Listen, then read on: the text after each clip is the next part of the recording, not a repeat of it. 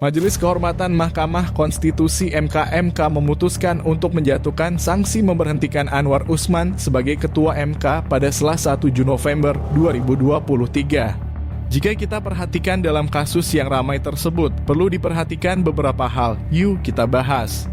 Yang pertama, Anwar Usman tidak mengundurkan diri dari proses pemeriksaan dan pengambilan keputusan nomor 90/PUU-XXI-2023.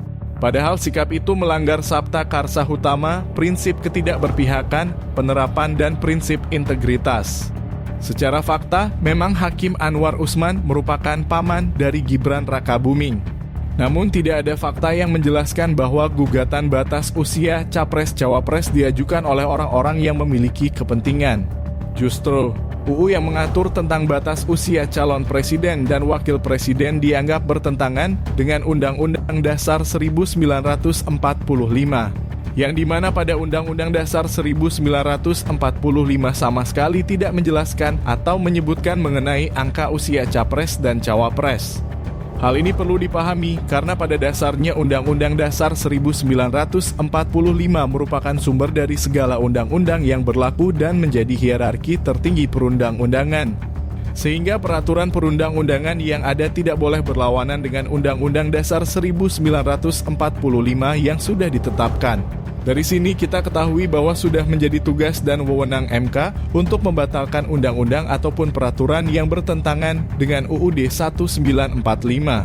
Yang kedua, Anwar sebagai Ketua Mahkamah Konstitusi disebut terbukti tidak menjalankan fungsi kepemimpinan judicial leadership secara optimal, sehingga melanggar Sabta Karsa Utama, prinsip kecakapan dan kesetaraan, dan dengan sengaja membuka ruang intervensi pihak luar dalam proses pengambilan putusan nomor 90 PUU-XXI 2023, sehingga melanggar Sabta Karsa Utama, prinsip independensi.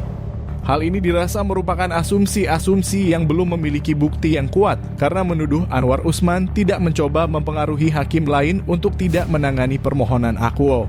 Diduga keras MK justru memandang bahwa Ketua MK wajib mempengaruhi hakim konstitusi lain dengan alasan yang dicantumkan. Seharusnya dikarenakan ini merupakan suatu persidangan yang berhubungan dengan kode etik, bukti yang diberikan haruslah berupa bukti nyata bukanlah bukti asumsi. Selain itu, Indonesia menganut hukum positif yang dimana asumsi tidak dapat dikatakan bukti yang sah.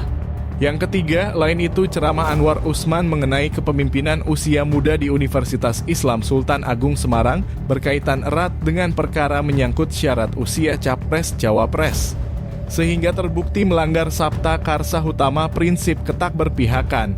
Secara individu Anwar maupun siapapun berhak memberikan pendapat hukum di depan forum. Pemaparan aku di depan mahasiswa tidak ada kaitan dengan permohonan yang diajukan. Namun meski begitu, kewenangan MK hanyalah sebatas sidang kode etik dan tidak dapat membatalkan putusan MK.